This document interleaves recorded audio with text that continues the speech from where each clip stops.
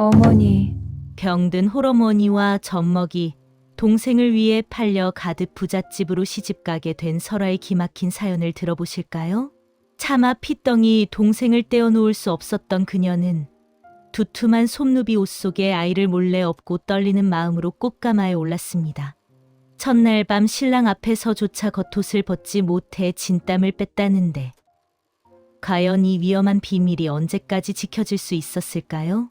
하지만 놀랍게도 짐짝인 줄 알았던 그 아이가 훗날 영모의 누명을 쓴 시댁 가문을 살리는 결정적인 열쇠가 되었습니다.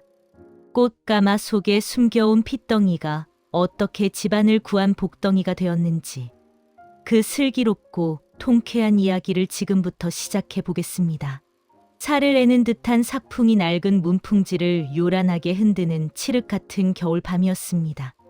다 쓰러져가는 초가 삼간의 윗모, 희미하게 명멸하는 호롱불 아래서 설아는 깊은 잠에 빠진 어린 남동생의 발그레한 볼을 하염없이 쓸어내리고 있었습니다. 한때는 제법 떵떵거리는 양반가였으나 부친이 억울한 누명을 쓰고 돌아가신 뒤 가세는 급격히 기울었고 남은 것은 병든 노무의 기침 소리와 빚쟁이들의 독촉뿐이었습니다. 결국 설아는 가문을 살리고 어머니의 약값을 마련하기 위해 고개 넘어 만석군 안대감댁의 며느리로 팔려 가듯 시집을 가게 되었습니다. 하지만 갓 돌이 지난 핏덩이, 동생을 떼어놓고 가라는 매몰찬 현실 앞에 설아의 가슴은 천 갈래 만 갈래 찢어지는 듯했습니다.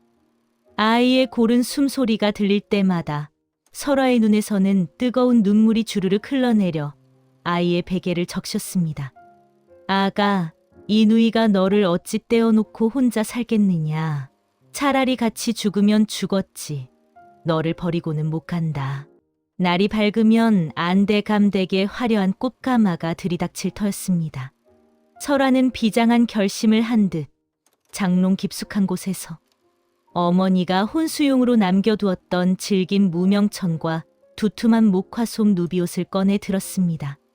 그것은 혹독한 추위와 사람들의 눈을 피하기 위해 설아가 밤새 고안해낸 은밀한 도피처였습니다. 동트기 전 새벽, 설아는 곤히 잠든 아이를 깨우지 않도록 조심스럽게 포대기로 감싸 자신의 등 뒤에 밀착시켰습니다. 그리고 그 위를 겹겹의 속치마와 풍성한 홀레복으로 치밀하게 덮어 가렸습니다. 거울에 비친 모습은 마치 꼽추처럼 등이 다소 불룩해 보였으나 설아는 짐짓태연하게 어깨를 펴고 옷매무새를 다듬었습니다. 사람들은 그저 신부가 입은 옷이 두껍고 가마에 오르는 자세가 꼿꼿하여 그러려니 여길 뿐이었습니다. 이윽고 마당에 들어선 꽃가마에 오르는 순간 설아의 등 뒤에서 아이의 따스한 체온이 전해져 왔습니다. 가마꾼들의 우렁찬 소리와 함께 가마가 덜컹거릴 때마다 설아의 심장도 쿵 하고 내려앉았으나 그녀는 아래 십수를 피가 맺히도록 깨물며 버텼습니다. 흔들리는 가마 안 좁고 어두운 공간에서 설아는 식은땀을 흘리며 오직 아이의 숨소리에만 온 신경을 집중했습니다. 가마가 시댁의 소슬대문을 넘는 그 순간 설아의 등 뒤에 엎인 것은 단순한 핏줄이 아니라 가문의 흥망을 짊어진 무겁고도 위태로운 비밀이 되어버린 것이었습니다. 안대감댁의 웅장한 사랑채를 지나 안방 깊숙한 신방에 든 설아는 화려한 병풍과 비단, 금침 앞에서도 도무지 마음을 놓을 수 없었습니다. 방 안 가득 퍼진 은은한 사향, 냄새와 타닥타닥 타들어가는 촛불, 그림자가 마치 도깨비처럼 일렁이며 설아의 불안한 마음을 부채질했습니다. 등 뒤에 엎인 아이가 행여나 깨어 울음을 터뜨릴까봐 설아는 숨조차 크게 쉬지 못하고 꼿꼿이 앉아 있었습니다. 이윽고 문 밖에서 신랑 드십니다 하는 소리와 함께 문이 열리고 훤칠한 키에 준수한 용모를 지닌 신랑 준영 도령이 들어왔습니다. 긴장한 기색이 역력한 도령은 수줍은 듯 고개를 숙인 설아의 고운 자태에 마음이 동하여 천천히 다가왔습니다. 부인, 밤이 깊었으니 이제 그만 겉옷을 벗고 편히 쉬십시다. 도령의 손길이 설아의 옷고름에 닿으려는 찰나 설아는 화들짝 놀라며 몸을 뒤로 물렸습니다. 도령의 눈에 당혹감이 스쳤으나 설아는 떨리는 손을 감추며 단호하고도 기품 있는 목소리로 말했습니다. 서방님, 잠시만 멈추어 주십시오. 저희 친정에는 예부터 내려오는 엄한 가풍이 있습니다.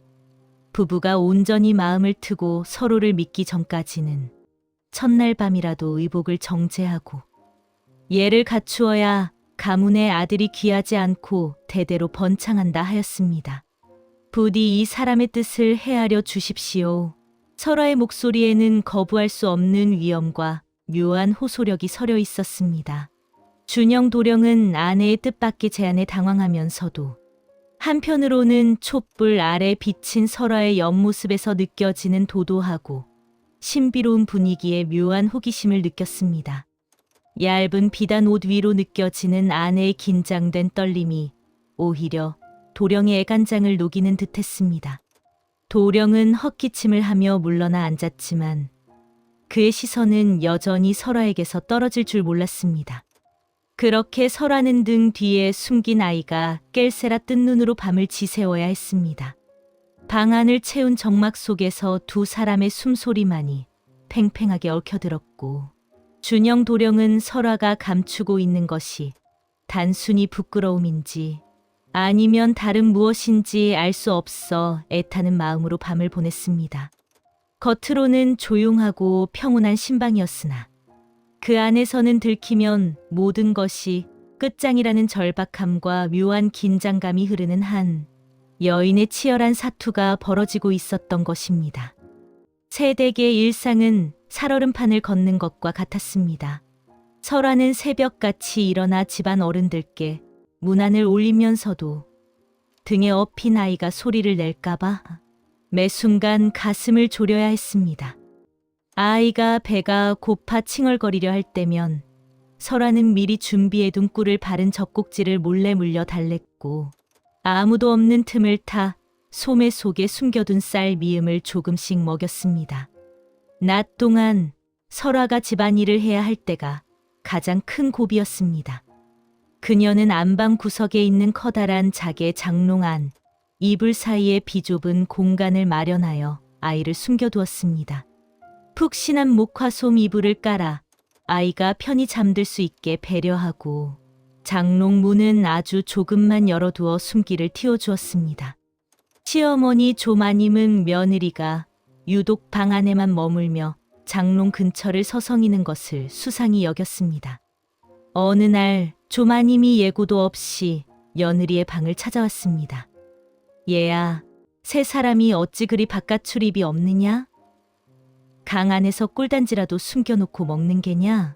조마님의 날카로운 물음에 설아의 등줄기에는 식은땀이 흘렀습니다. 하지만 설아는 애써 태연한 표정을 지으며 바느질거리를 들어 보였습니다. 마님, 제가 자수 솜씨가 부족하여 시어머니께 올릴 버선에 꽃을 수놓느라 방 밖을 나가지 못했습니다. 혹여 부족한 솜씨를 들킬까 부끄러워 그리하였으니 용서해 주십시오. 설아는 실제로 밤을 새워 화려한 모란꽃 자수를 놓은 버선을 내보였고 조마님은 그 정성에 감복하여 잠시 의심을 거두었습니다. 하지만 설아의 마음 속에는 매일같이 폭풍이 몰아쳤습니다. 장롱 안에서 아이가 뒤척이는 소리라도 들리면 설아는 급히 가야금을 타거나 헛기침을 하여 소리를 덮어야 했습니다. 조금만 참아다오. 내가 조금만 더 크면 이 누이가 반드시 너를 세상 밖으로 데리고 나가마. 설아는 밤마다 장롱 문을 열고 아이를 품에 안으며 눈물로 속삭였습니다. 아이는 마치 누이의 절박한 마음을 아는 듯 초롱초롱한 눈망울로 설아를 바라보며 방긋 웃어 보였습니다. 그 해맑은 미소 하나에 설아는 하루의 모든 피로와 공포가 씻겨 내려가는 듯한 기분을 느꼈습니다. 그러나 안심하기에는 일렀습니다. 집안의 행랑채 하인들 사이에서 새댁방에서 자꾸만 기묘한 짐승, 소리 같은 것이 들린다는 흉흉한 소문이 돌기 시작했기 때문입니다. 설아는 그럴수록 더욱 완벽한 며느리가 되기 위해 시부모님을 극진히 모셨으나 비밀은 지킬수록 무거워지는 법이었습니다. 준영 도령의 밤은 낮보다 길고 고통스러웠습니다. 신방에 불이 꺼지고 정막이 찾아오면 어김없이 아내의 이불 속에서 들려오는 기묘한 소리가 도령의 신경을 날카롭게 긁어댔기 때문입니다. 처음에는 그저 바람이 문풍지를 스치는 소리이거니 쥐가 천장을 달리는 소리이거니 하며 애써 무시하려 했습니다. 허나 날이 갈수록 그 소리는 더욱 선명해져 때로는 누군가와 소곤거리는 말소리 같기도 했고 때로는 억눌린 짐승의 신음 같기도 하여 도령의 의심은 걷잡을 수 없이 커져만 갔습니다. 급기야 도령의 머릿속에는 아내가 친정에서 몰래 정인을 숨겨 데려온 것은 아닐까 하는 입에 담기도 무서운 불길한 상상마저 피어올랐습니다. 며칠을 뜬 눈으로 밤을 지새우며 속을 끓이던 도령은 마침내 그 의심의 뿌리를 뽑아버리기로 결심했습니다. 구름이 달을 가려 한치 앞도 보이지 않는 칠흑 같은 밤이었습니다. 도령은 벽에 걸려있던 장검을 꺼내 들고 숨을 죽인 채 설아의 방문 앞에 섰습니다. 문틈으로 흘러나오는 미세한 빛과 함께 다시금 사그락거리는 수상한 움직임이 느껴졌습니다. 도령의 눈동자가 분노와 배신감으로 이글거렸습니다. 더 이상 망설일 이유가 없었습니다. 부인, 자는가? 대답 대신 방 안에서 황급히 무언가를 감추는 듯한 부산스러운 소리가 들려오자 도령은 단숨에 문을 박차고 들어갔습니다. 이 방에 숨긴 놈이 누구냐? 내 그놈의 목을 베어 문지방에 걸어둘 테니 당장 나오지 못할까? 서슬퍼런 칼날이 번뜩이자 설아는 사색이 된 얼굴로 커다란 자개장 앞을 온몸으로 가로막으며 바들바들 떨었습니다. 도령은 아내의 그런 모습에 확신을 가지고 거칠게 설아를 밀쳐낸 뒤 굳게 닫힌 장롱 문을 거칠게 열어젖혔습니다. 쾅 하는 소리와 함께 문이 열리자 도령의 눈앞에 펼쳐진 광경은 상상을 초월하는 것이었습니다. 그곳에는 칼을 든 자객도 숨겨둔 정인도 아닌 겹겹의 목화솜, 이불 사이에 파묻힌 조망만한 핏덩이가 곤히 잠들어 있었던 것입니다. 갑작스러운 소란에 놀란 아이가 으앙 하고 자지러지는 울음을 터뜨리자 도령은 손에 든 칼을 툭 떨어뜨리며 그 자리에 털썩 주저앉고 말았습니다. 설아는 아이를 황급히 품에 안고 바닥에 이마를 찌우며 오열했습니다. 서방님, 죽을 죄를 지었습니다. 제발 이 아이만은 살려주십시오. 방바닥에 떨어진 장검의 차가운 금속성 소리가 정막을 깨뜨렸습니다. 준영 도령은 넋이 나간 사람처럼 덜덜 떨고 있는 아내와 그녀의 품에 안긴 작은 생명을 번갈아 바라보았습니다.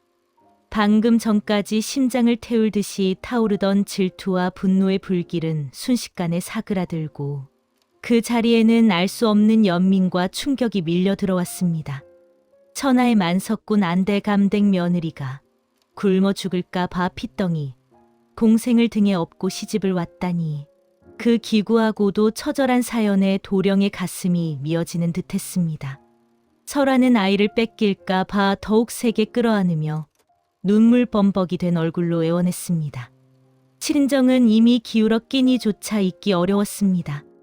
병든 노무와 이 어린 것을 두고 차마 발길이 떨어지지 않아 제가 잠시 미쳐서 몰래 데려왔습니다. 부디 저를 내치시고 죽이시더라도 이 아이만은 살려주십시오, 서방님. 도령은 바닥에 떨어진 칼을 멀리 치우고 무릎으로 기어가 설아의 떨리는 어깨를 조심스럽게 감싸 안았습니다. 촛불 아래 드러난 설아의 얼굴은 공포로 질려 있었으나 그 눈빛만은 동생을 지키겠다는 결기로 가득 차 있었습니다. 도령은 그런 아내의 모습에서 여태껏 보지 못했던 강인함과 숭고한 희생정신을 보았습니다. 부인, 고개를 드시오. 내 그대처럼 지극한 효심과 우애를 가진 여인을 아내로 맞이했으니 이는 하늘이 내린 인연이 아니겠소. 내 어찌 그대의 갸륵한 마음을 베어낼 수 있겠소. 도령의 따뜻한 목소리에 설아는 참았던 울음을 터뜨리며 남편의 가슴에 얼굴을 묻었습니다. 도령이 조심스레 손가락을 내밀자 울음을 그친 아이는 고사리 같은 손으로 도령의 투박한 손가락을 꽉 쥐었습니다. 그 따스하고 묵직한 생명의 온기가 손끝을 타고 도령의 심장까지 전해졌습니다. 그 순간 도령은 굳은 결심을 하게 되었습니다. 오늘부터 이 아이는 처남이 아니라 내 늦둥이 동생으로 여길 것이오. 아무도 모르게 우리가 함께 키웁시다. 내 이 아이가 장성할 때까지 그대와 함께 지켜주리다. 그날 이후 부부 사이에는 그 누구도 침범할 수 없는 끈끈한 전우애 같은 깊은 정이 싹트기 시작했습니다. 도령은 밤마다 아이가 먹을 귀한 약재와 음식을 몰래 소매에 넣어 구해다 주었고 설아가 편히 잠들 수 있도록 문 밖에서 불침번을 서기도 했습니다. 둘만의 비밀을 공유한 부부는 밤마다 머리를 맞대고 아이의 미래를 걱정하며 그전에는 느끼지 못했던 애틋하고도 은밀한 행복을 맛보았습니다. 비밀은 두 사람을 하나로 묶어주는 단단한 끈이 되었습니다. 평온하던 안대감댁에 청천벽력 같은 비극이 들이닥친 것은 그로부터 얼마 지나지 않아서였습니다. 조정에서 안대감과 사사건건 대립하며 권력을 다투던 김대감, 일파가 마침내 흉악한 모략을 꾸며 안대감의 숨통을 조여온 것이었습니다. 달구름 소리가 채 그치기도 전인 이른 새벽, 대문을 부술 듯한 요란한 소리와 함께 수십 명의 의금부 나졸들이 들이닥쳤습니다. 역적한 아무개는 어명이다. 당장 나와 오라를 받아라. 추상 같은 호령 소리에 잠이 덜 깬 하인들은 혼비백산하여 마당으로 뛰쳐나왔고 집안은 순식간에 아수라장이 되었습니다. 안대감은 영문도 모른 채 속옷 차림으로 끌려 나와 뜰 아래 무릎 꿇려졌습니다. 김대감 측은 안대감이 영무 세력과 내통하며 불온한 서적을 숨겨두고 자금을 댔다는 터무니없는 누명을 씌웠습니다. 그들은 안대감의 인장이 찍힌 가짜 밀서를 증거로 내세우며 가문의 전 재산을 몰수하고 삼족을 멸하려 들었습니다. 아버님, 이게 무슨 날벼락입니까? 우리 아버님은 결코 그런 분이 아니십니다. 준영 도령이 울부짖으며 포승줄에 묶인 아버지를 막아서려 했으나 창검으로 무장한 나졸들에게 무참히 밀려나 바닥에 나뒹굴었습니다. 충격을 이기지 못한 조마님은 그 자리에서 실신해버렸고 집안 곳곳에는 붉은 압류 딱지가 붙기 시작했습니다. 설아는 이 끔찍한 혼란 속에서도 등 뒤에 아이를 더욱 단단히 업으며 사태를 냉철하게 파악하려 했었습니다. 이대로라면 아이는커녕 남편과 시부모님까지 모두 형장의 이슬로 사라질 절체절명의 위기였습니다. 김대감 일파가 심어둔 가짜 증거는 너무나 치밀하고 완벽해 보였고 안대감의 결백을 증명할 방법은 어디에도 없어 보였습니다. 설아는 공포에 질려 덜덜 떠는 남편의 손을 꽉 잡으며 눈빛으로 말했습니다. 우리가 반드시 살아남아 아버님을 구해야 한다고, 정신을 똑바로 차려야 한다고 말입니다. 안대감이 피를 토하며 끌려간 뒤 집안을 점거한 나졸들은 짐승처럼 날뛰며 집안을 샅샅이 뒤지기 시작했습니다. 숨겨진 재물이나 또 다른 영모의 증거를 찾으려 혈안이 된 그들은 멀쩡한 세간살이를 부수고 벽지를 뜯어내며 광기 어린 수색을 이어갔습니다. 설아와 준영 도령은 사랑채 구석방에 갇혀 꼼짝달싹할 수 없는 처참한 신세가 되었습니다. 방 안까지 들려오는 그릇 깨지는 소리와 비명 소리에 준영 도령은 절망에 빠져 머리를 감싸 쥐었습니다. 부인, 이제 우리는 끝난 것 같소. 저 간악한 김대감이 아버님을 살려둘 리 만무하지 않소. 꼼짝없이 역적의 누명을 쓰고 죽게 생겼단 말이오. 준영 도령의 목소리에는 깊은 패배감이 서려 있었으나 설아의 눈빛은 오히려 어둠 속에서 형형하게 빛나고 있었습니다. 설아는 며칠 전 시아버지가 늦은 밤 서재에서 촛불을 켜고 은밀히 무언가를 보다가 인기척에 놀라 황급히 감추던 모습을 기억해냈습니다. 그것은 김대감 일파의 부정부패와 매관매직 내역이 상세히 적힌 비밀 장부였는데 안대감은 그것을 김대감을 견제할 마지막 카드로 쓰려다 오히려 선수를 빼앗긴 것이 분명했습니다. 그 장부만 찾는다면 전세를 역전시킬 수 있었습니다. 하지만 문제는 그 장부가 어디에 있느냐는 것이었습니다. 나졸들이 서재를 이 잡듯 뒤져 책들을 다 찢어 발겼으나 나오지 않았으니 보통 사람은 상상도 못할 곳에 숨겨진 것이 틀림없었습니다. 그때였습니다. 설아의 등 뒤 포대기 속에서 숨죽이고 있던 아이가 칭얼거리며 고사리 같은 손가락으로 벽면의 한 곳을 가리켰습니다. 까르르, 응. 저기, 아이는 평소 안대감의 서재에 몰래 놀러 갔을 때마다 유독 관심을 보였던 벽장 아래쪽의 낡은 나무 틈새를 향해 손을 뻗고 있었습니다.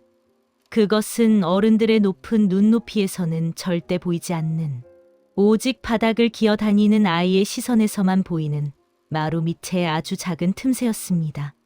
설아의 머릿속에 번개 같은 깨달음이 스쳐 지나갔습니다. 아버님께서는 혹시 저곳에, 설아는 심장이 터질 듯한 긴장감 속에서 아이가 가리킨 곳을 응시했습니다. 그곳은 어둠 속에 묻혀 누구의 눈길도 닿지 않는 오직 아이와 안대감만이 아는 비밀의 공간이었습니다.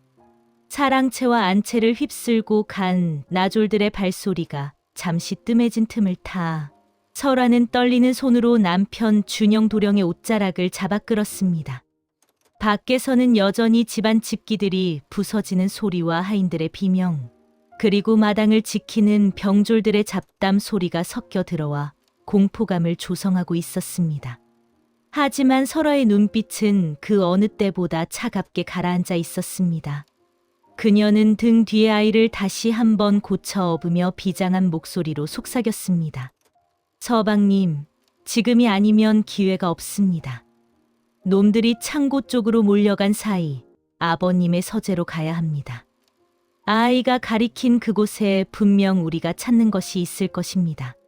준영 도령은 반신반의하는 표정이었으나 아내의 확신에 찬 눈빛과 등 뒤에서 칭얼거리는 아이의 손짓을 믿어보기로 했습니다. 두 사람은 그림자처럼 몸을 낮추고 사랑채 뒤편의 좁은 쪽문을 통해 서재로 잠입했습니다. 서재의 풍경은 처참하기 그지없었습니다. 평소 안대감이 아끼던 고서들은 갈기갈기 찢겨 바닥에 흩뿌려져 있었고 감나가는 도자기와 문방사우는 깨져서 먹물이 핏물처럼 낭자하게 흐르고 있었습니다. 준영 도령은 난장판이 된 서재를 보며 망연자실했으나 설아는 곧장 아이가 가리켰던 벽장 아래쪽 책상 뒤편의 어두운 구석으로 향했습니다. 어른이라면 무릎을 꿇고 엎드려야 겨우 보일까 말까 한 그 틈새는 평소 아이가 숨바꼭질하며 기어 들어가던 비밀 아지트였습니다. 설아가 아이를 등에서 내려 바닥에 놓자 아이는 익숙한 듯 엉금엉금 기어가 서재 바닥과 벽면이 맞닿은 곳에 들뜬 나무 판자를 고사리 같은 손으로 톡톡 두드렸습니다. 설아가 숨을 죽이고 그 판자를 조심스레 들어 올리자 그 안에는 먼지 쌓인 공간 속에 겹겹이 쌓인 기름종이 뭉치가 숨겨져 있었습니다. 그것은 나졸들이 칼로 벽을 쑤시고 천장을 뜯어내도 절대 찾을 수 없는, 오직 바닥을 기는 아이의 시선에서만 보이는 사각지대였습니다. 떨리는 손으로 기름종이 뭉치를 꺼내 든 설아는 급히 매듭을 풀었습니다. 그 안에는 안대감이 목숨보다 중히 여기며 감추려 했던 두툼한 장부 한 권과 낡은 서찰 몇 통이 들어 있었습니다. 준영 도령이 황급히 촛불을 가까이 대고 내용을 살피자 그의 얼굴이 경악으로 물들었습니다. 이것은 김대감이 매관매직을 하여 챙긴 뇌물장부와 오랑캐와 내통하려 했던 밀서가 아니더냐?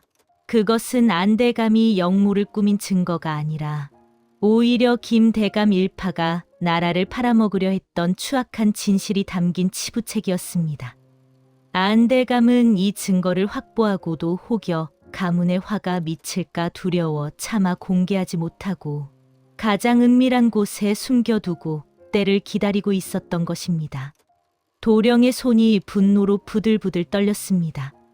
이 장부만 있다면 아버지의 누명을 벗기는 것은 물론 김대감 일파를 일망타진하여 조정해서 영원히 축출할 수 있는 확실한 무기였습니다. 서방님, 기뻐하기에는 이릅니다. 이것이 우리 손에 있다는 것을 놈들이 알면 당장이라도 우리 목을 치러 올 것입니다. 설아의 침착한 목소리에 도령은 정신을 차렸습니다. 밖에서는 다시 병졸들이 사랑채 쪽으로 다가오는 소리가 들려왔습니다. 설아는 재빨리 장부를 자신의 품속 깊이 아이를 업은 포대기 안쪽 가슴께에 숨겼습니다. 아이의 체온과 장부의 서늘한 감촉이 동시에 느껴졌습니다. 이 장부는 이제 아이의 목숨과도 같은 무게가 되어 설아의 심장을 짓눌렀습니다. 설아는 아이를 다시 등에 업으며 결의에 찬 표정으로 말했습니다. 이 장부를 관아에 가져가 봤자 김대감의 수하들이 가로챌 것이 뻔합니다. 우리는 반드시 한양에서 내려온 암행어사나 김대감과 적대적인 영의정 대감에게 이것을 전해야 합니다. 그때까지는 이 아이와 제가 목숨을 걸고 이것을 지키겠습니다. 두 사람은 서재를 빠져나오려 했으나 이미 마당에는 횃불을 든 나졸들이 들이닥치고 있었습니다. 설아와 도령은 어둠을 틈타 뒷간 쪽 담벼락 밑 개구멍으로 몸을 숨겨야 했습니다. 가까스로 나졸들의 눈을 피해 안채의 은밀한 다락방으로 숨어든 두 사람은 거친 숨을 몰아쉬었습니다. 밖은 여전히 소란스러웠고 집안 곳곳에서 들려오는 하인들의 통곡 소리가 밤하늘을 울렸습니다. 설아는 품속의 장부를 꺼내 다시 한번 확인했습니다. 이 얇은 종이 뭉치에 가문의 생사가 달려있다는 사실이 믿기지 않았습니다. 부인, 날이 밝는 대로 내가 이 장부를 들고 담을 넘겠소. 나는 발이 빠르니 놈들을 따돌릴 수 있을 것이오. 준영 도령의 비장한 제안에 설아는 고개를 저었습니다. 아니 됩니다, 서방님. 놈들은 이미 서방님의 얼굴을 알고 있습니다. 문 밖을 나서는 즉시 체포되어 몸수색을 당할 것입니다. 그러면 모든 것이 끝장입니다. 설아의 눈동자가 어둠 속에서 지혜롭게 빛났습니다. 그녀는 붓과 먹을 꺼내 들며 나직이 말했습니다. 제가 이 장부의 주요 내용을 베껴 적겠습니다.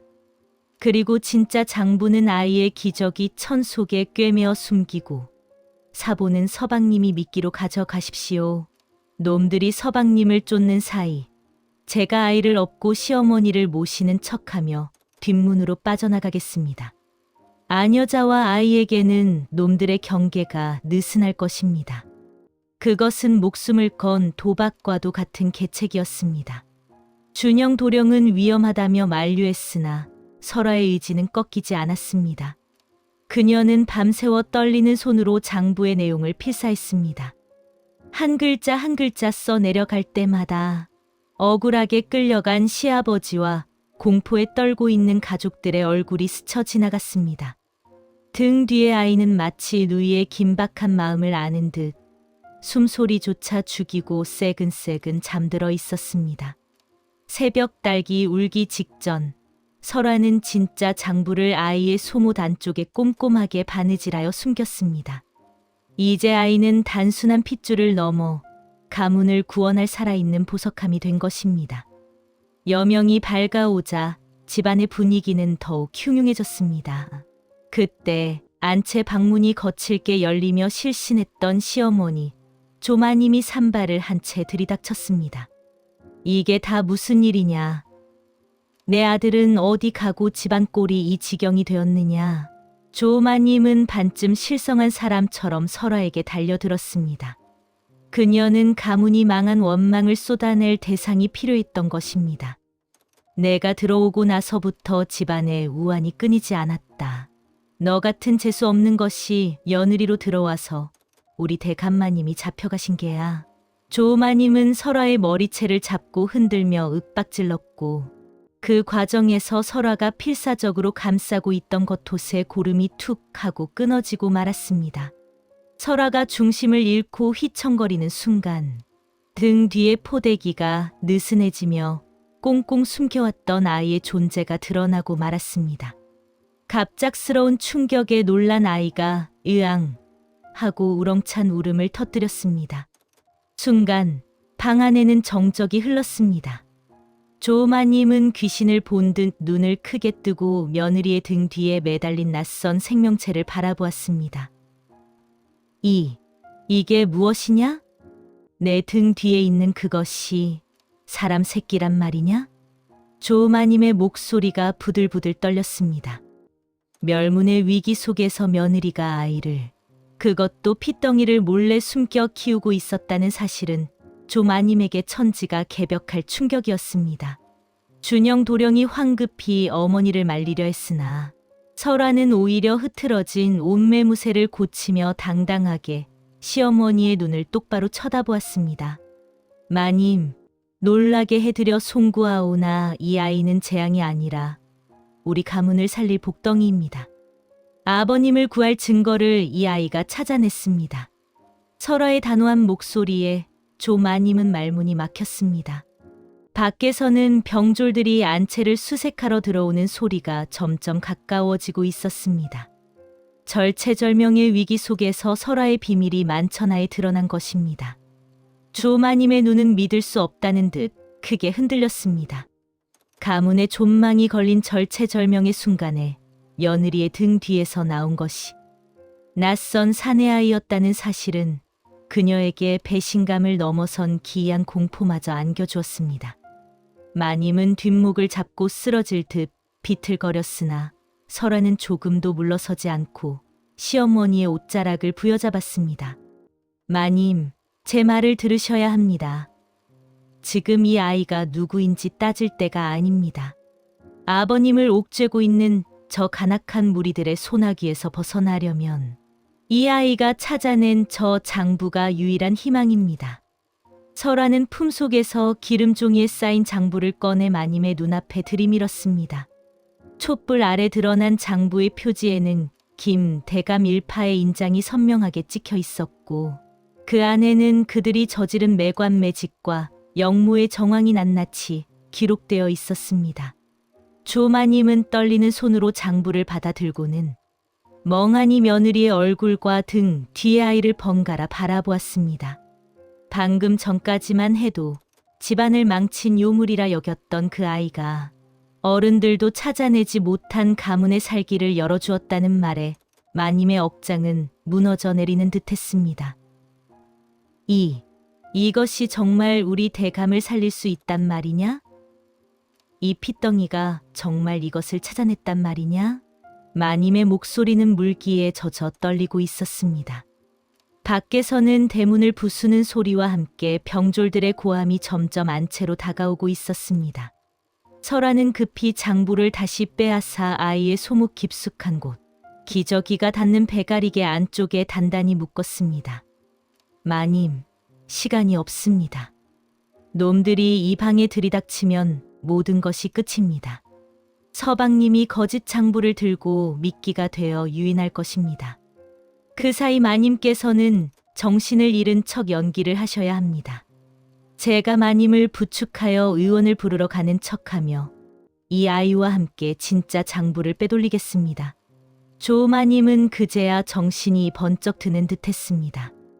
비록 며느리가 자신을 속였으나 지금 이 순간 가문을 지킬 수 있는 강단과 지혜를 가진 이는 오직 설화뿐임을 본능적으로 깨달은 것입니다. 마님은 눈물을 훔치며 고개를 끄덕였습니다. 알았다. 내 너를 믿으마. 부디 우리 대감을 살려다오. 안채를 샅샅이 뒤져라. 쥐새끼 한 마리도 놓쳐선 안 된다. 우락부락한 금부도사의 호령과 함께 안채의 문짝이 뜯겨나가며 수십 명의 병졸들이 흙발로 방 안을 유린하기 시작했습니다. 그들은 벽에 걸린 족자를 찢고 애써 모아둔 혼수품을 발로 차며 광기 어린 수색을 이어갔습니다. 방 한 구석에는 조마님이 머리를 풀고 쓰러져 곡을 하고 있었고 설아는 공포에 질린 표정으로 시어머니를 끌어안고 있었습니다. 병졸 하나가 설아에게 다가와 멱살을 잡으려던 찰나 갑자기 사랑채 쪽 담장 위에서 검은 그림자가 솟구쳐 올랐습니다. 거기 누구냐? 저놈을 잡아라. 준영 도령이 품에 두툼한 서책 뭉치를 안고 담장을 넘으며 소리쳤습니다. 이 더러운 놈들아. 우리 아버님의 결백을 밝힐 증거가 여기 있다. 어디 한번 뺏을 수 있으면 뺏어보아라. 도령은 일부러 병졸들의 시선을 끌기 위해 보란듯이 서책을 흔들어 보이고는 좁은 골목길을 향해 전력을 다해 달리기 시작했습니다. 금부도사의 눈이 뒤집혔습니다. 저놈이다. 저놈이 증거를 가지고 도망친다. 전군, 저놈을 쫓아라. 순식간에 안채를 포위하고 있던 병졸들의 절반 이상이 준영 도령을 쫓아 우르르 몰려나갔습니다. 안채에는 감시병 몇 명만이 남아 어수선한 분위기를 수습하고 있었습니다.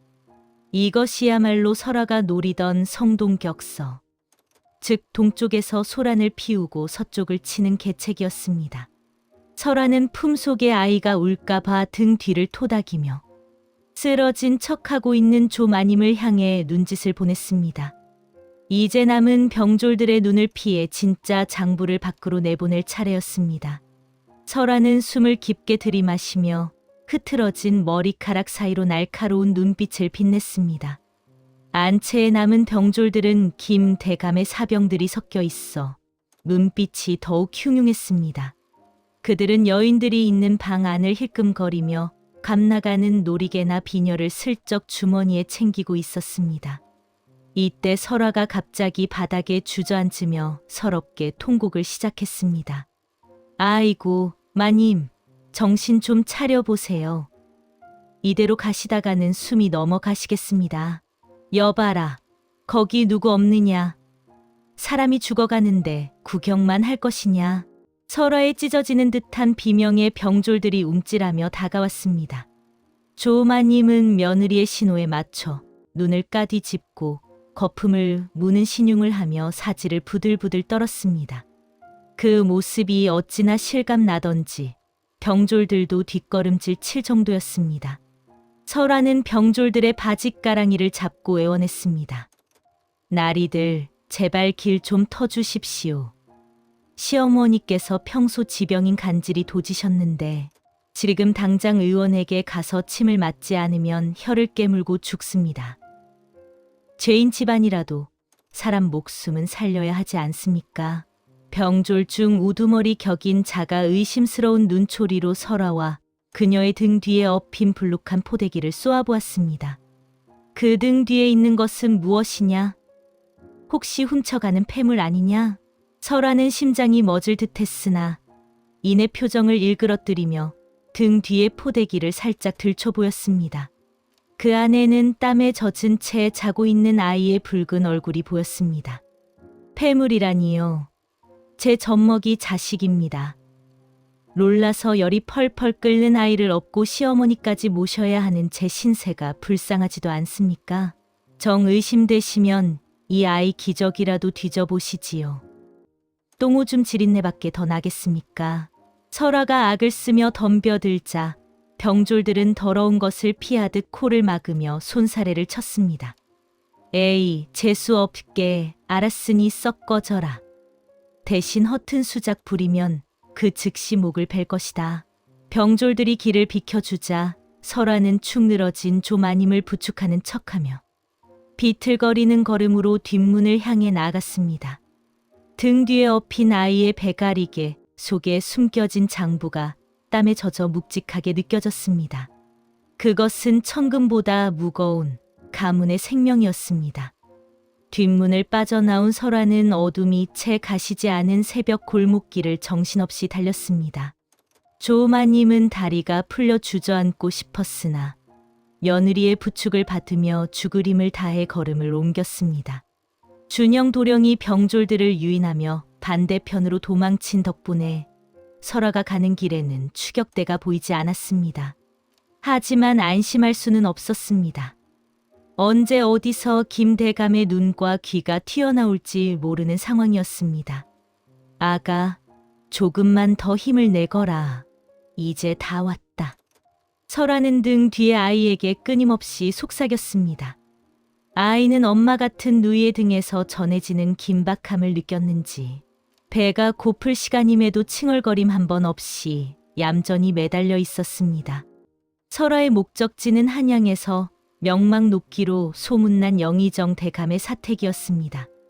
안대감과 친분이 있었고 무엇보다 김 대감의 전행을 못마땅하게 여기는 강직한 성품의 소유자였기에 그라면 이 장부의 가치를 알아볼 것이라 확신했기 때문입니다.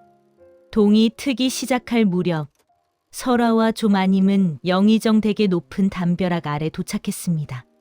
소슬대문은 굳게 닫혀 있었고 문지기들은 서슬 퍼런 눈으로 앞을 지키고 있었습니다. 거짓골이 된 아녀자들이 접근하자 문지기들이 창으로 앞을 막아섰습니다. 썩 물러가라. 이곳이 어디라고 감히 접근하느냐. 설아는 거친 숨을 몰아쉬며 품속에서 은비녀 하나를 꺼내 문지기의 손에 쥐어주었습니다. 그리고 품에 안고 있던 아이의 겉사개를 살짝 풀어 그 안에 숨겨져 있던 장부의 귀퉁이를 은밀히 보여주었습니다. 이 비녀를 영의정 대감마님께 전해 주십시오. 나라의 명운을 가를 귀한 아이가 왔다고 말입니다. 지금 당장 뵙지 못하면 대감마님께서 평생 후회하실 일이 생길 것입니다. 설아의 눈빛에는 서리빨 같은 기백이 서려 있었습니다. 문지기는 여인의 비범한 기세에 눌려 헛기침을 하며 안으로 들어갔습니다. 잠시 후 굳게 닫혀있던 대문이 삐걱 소리를 내며 열렸습니다. 설아는 그제야 다리에 힘이 풀려 주저앉을 뻔했으나 이를 악물고 시어머니를 부축하여 문지방을 넘었습니다. 등 뒤에 아이가 마치 승리의 깃발처럼 아침 햇살을 받고 있었습니다. 이제 반격의 서막이 오른 것입니다. 육중한 대문이 열리고 영의정 대감의 사택 안으로 들어선 설아와 조마님은 뜰 아래 엎드렸습니다. 잠시 후 백발이 성성하지만 눈빛만은 형형한 영의정 대감이 사랑채 문을 열고 모습을 드러냈습니다. 그는 평소 안대감과 교분이 두터웠으나 영모 죄인의 가족이 찾아왔다는 사실에 난처한 기색을 감추지 못하며 호통을 쳤습니다. 역적의 집안 식구들이 감히 이곳이 어디라고 발을 들여놓는가. 내 당장 포도청에 넘기지 않는 것을 다행으로 여기고 썩 물러가라. 서슬퍼런 호통에 조마님은 공포에 질려 바닥에 머리를 찌우며 오열했습니다. 하지만 설아는 조금도 위축되지 않고 고개를 똑바로 든 채 등 뒤에 포대기를 풀어 헤쳤습니다. 땀에 젖은 아이의 배가리개 속에서 체온으로 따뜻하게 데워진 두툼한 장부 뭉치가 나오자 영의정의 눈이 휘둥그레졌습니다. 설아는 떨리는 손으로 장부를 대감의 앞에 받쳐 올리며 피를 토하듯 절규했습니다. 대감마님, 이것은 영모의 증거가 아니라 김 대감 일파가 나라를 좀먹고 오랑캐와 내통하려 했던 추악한 매관매직의 장부입니다. 제 시아버님은 이 진실을 밝히시려다 오히려 누명을 쓰고 잡혀가셨습니다. 이 핏덩이 같은 아이가 제 몸에 숨겨 목숨 걸고 지켜온 이 나라의 명운이 걸린 증거이옵니다. 부디 통촉하여 주시옵소서. 영의정 대감은 설아의 결연한 눈빛에 압도되어 떨리는 손으로 장부를 받아 넘겨보았습니다. 그곳에는 조정 대신들의 비리가 적나라하게 적혀 있었고 결정적으로 김 대감의 수결이 선명하게 찍힌 밀서까지 포함되어 있었습니다. 대감의 얼굴이 붉게 달아오르며 분노로 일그러졌습니다. 그때 바닥에 놓인 아이가 영의정 대감의 옷자락을 고사리 같은 손으로 잡고 방긋 웃어 보였습니다. 천진난만한 아이의 미소와 추악한 장부의 대비는 대감의 마음을 강하게 움직였습니다. 영의정은 아이의 머리를 쓰다듬으며 무겁게 고개를 끄덕였습니다. 내 평생 이토록 용감한 여인과 영민한 아이는 처음 보았다. 내 이 아이의 맑은 눈망울을 걸고 맹세하건대 반드시 자네 시아버님의 억울함을 풀고 간신배들을 처단할 것이다. 다음 날 아침 의금부 국문장에는 살벌한 기운이 감돌았습니다. 형틀에 묶인 안대감은 모진 고문에 온몸이 만신창이가 되었으나 끝까지 결백을 주장하며 혀를 깨물려 했습니다. 김 대감은 의기양양하게 안대감을 내려다보며 어서 죄를 자복하라 윽박지르고 있었습니다. 바로 그때 멈추시오 하는 우렁찬 소리와 함께 영의정 대감이 호위무사들을 대동하고 국문장에 들어섰습니다. 그의 뒤에는 남장을 하고 갓을 쓴 설화가 결의에 찬 표정으로 보찜을 메고 따르고 있었습니다. 영의정 대감, 이것이 무슨 행차시오? 지금 역적을 신문하는 중이오. 어찌 죄인의 가족을 신성한 국문장에 들이신단 말이오. 김 대감이 당황하여 소리쳤으나 영의정은 대답 대신 설화가 건네준 장부를 왕의 어전 앞에 던지듯 내려놓았습니다. 묵직한 장부가 바닥에 떨어지는 소리가 국문장의 정막을 깨뜨렸습니다. 전하, 진짜 역적은 안대감이 아니라 여기 있는 김 대감과 그 무리들이옵니다. 이 장부야말로 그들이 벼슬을 팔아넘기고 국경의 기밀을 오랑캐에게 넘기려 한 명백한 증거이옵니다. 김 대감의 얼굴이 사색이 되었습니다. 설화는 보찜 속에서 김 대감이 안대감의 서재에 심어두었던 가짜 편지와 아이가 찾아낸 진짜 밀서를 비교하여 보여주며 김 대감의 조작을 낱낱이 고발했습니다. 결정적으로 전날 밤 병졸들을 유인하다 잡혀온 준영도령이 증인으로 나서 김 대감의 사병들이 증거를 없애기 위해 자신을 추격했던 사실을 생생하게 증언했습니다.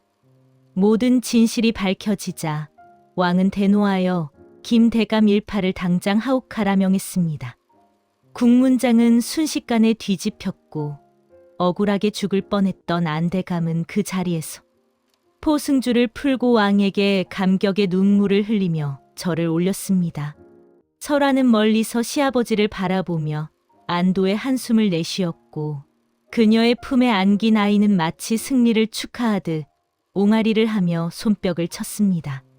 김 대감 일파가 숙청되고 안대감의 가문은 멸문의 위기에서 벗어나 오히려 나라를 구한 충신의 가문으로 더 큰 명예를 얻게 되었습니다.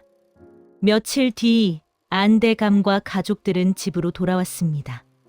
대문은 부서지고 집안은 엉망이 되었지만 가족들의 얼굴에는 그 어느 때보다 밝은 빛이 감돌았습니다.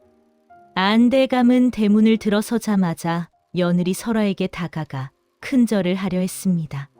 설화는 소스라치게 놀라며 급히 시아버지를 부축해 일으켰습니다. 아버님, 당치도 않으십니다. 며느리에게 어찌 이런 과분한 예를 갖추시옵니까? 제가 몸 둘 바를 모르겠습니다. 아니다, 아가. 내가 우리 가문을 살렸다. 내 지혜와 용기가 아니었다면 나는 역적의 누명을 쓰고 구천을 떠돌았을 것이다. 너는 우리 집안의 은인이다. 그때 안방 문이 열리고 조마님이 아이를 안고 나왔습니다. 마님은 며느리 앞에 서서 눈물을 글썽이며 그동안 며느리를 구박하고 의심했던 지난날을 진심으로 사죄했습니다. 내 눈이 멀어 복덩이를 알아보지 못하고 너를 그리 구박했구나. 이 아이가 내 목숨보다 귀한 가문의 구세주인 것을 내가 참으로 어리석었다. 부디 이 못난 시어미를 용서해다오, 아가. 조마님은 아이의 볼에 입을 맞추며 하염없이 눈물을 흘렸습니다.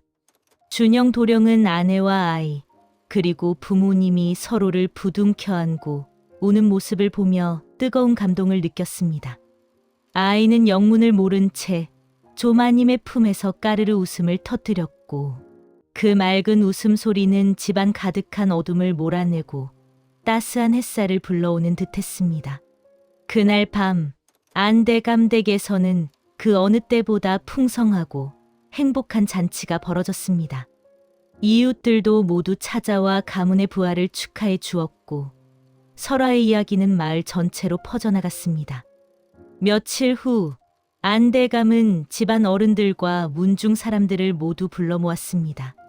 그리고 엄숙한 분위기 속에서 설화의 남동생을 자신의 늦둥이 양자로 드리는 입적식을 거행했습니다.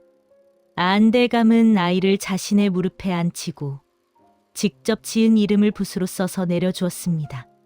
이 아이의 이름은 집안의 복을 다시 일으켰다 하여 기복이라 하겠다.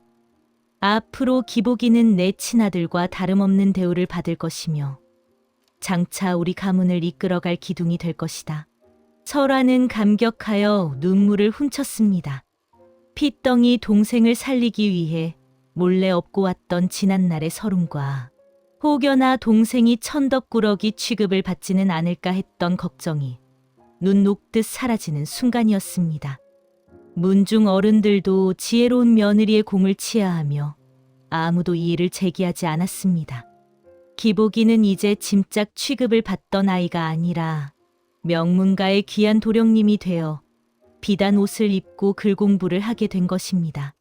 설화 또한 단순히 며느리가 아니라 가문의 대소사를 결정하고 안살림을 총괄하는 실질적인 안주인으로서 시부모님과 남편의 전폭적인 지지와 존경을 받게 되었습니다. 그녀가 하는 말이라면 시어머니 조마님조차 두말 않고 따를 정도였으니 설화의 위상은 하늘을 찌를 듯했습니다. 준영 도령은 아내를 바라보며 늘 흐뭇한 미소를 지었고 기복이는 형부와 누이의 사랑을 듬뿍 받으며 무럭무럭 자라났습니다.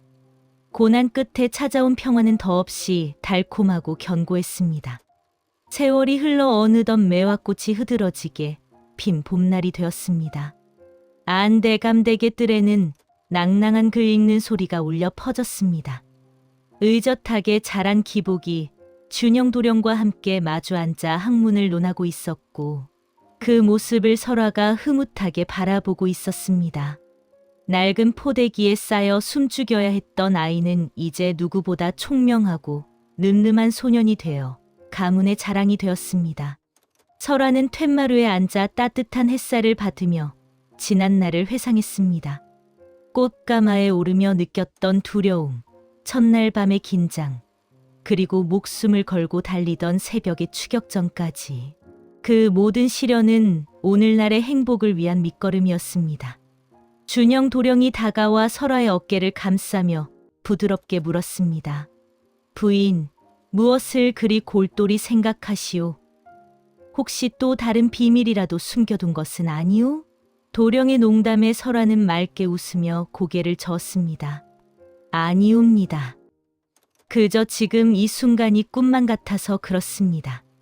서방님과 기복이 그리고 아버님 어머님 모두가 건강하시니 더 바랄 것이 무엇이겠습니까? 도령은 설화의 손을 꼭 잡으며 말했습니다. 이 모든 것이 부인의 지혜와 용기 덕분이오. 그대는 우리 가문의 영원한 은인이자 내 생에 가장 귀한 사람이오. 두 사람의 시선이 마주치고 뜰에 핀 매화꽃이 피 봄바람을 타고 흩날렸습니다. 아이를 업고 시집온 비밀스러운 며느리. 설화의 이야기는 가문을 위기에서 구하고 진정한 사랑과 가족애를 완성한 전설이 되어 마을 사람들의 입에서 입으로 오래도록 전해졌습니다. 달 밝은 밤, 설화의 집에서는 웃음꽃이 끊이지 않았고 그들의 행복은 오래도록 계속되었습니다. 지혜로운 설화와 복덩이, 기복이의 이야기 즐겁게 보셨나요? 좋아요와 구독을 눌러주시면 더 재미있는 야담으로 찾아오겠습니다.